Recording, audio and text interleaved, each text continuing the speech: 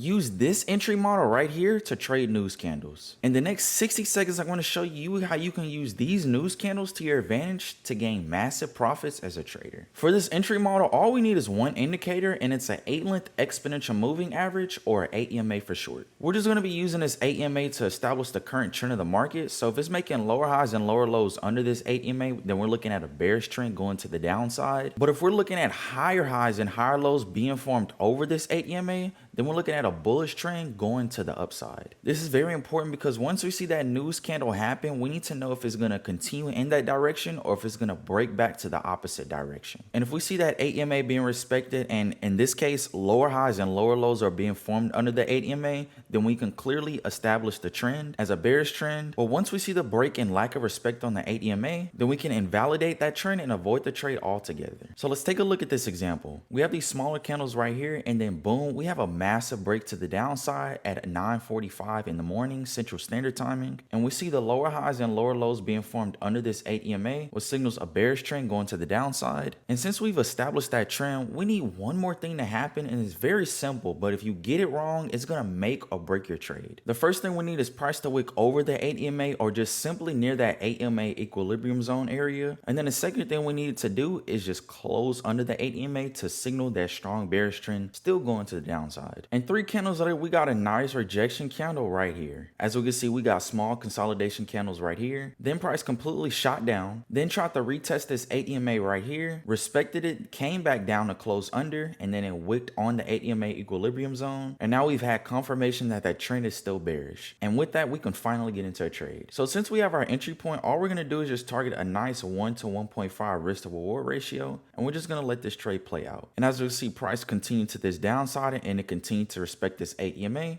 and we ended up taking profits. I made a free PDF showing you exactly which high quality setups I take whenever I trade. If you want a copy, just click the link in my bio and you can claim it there.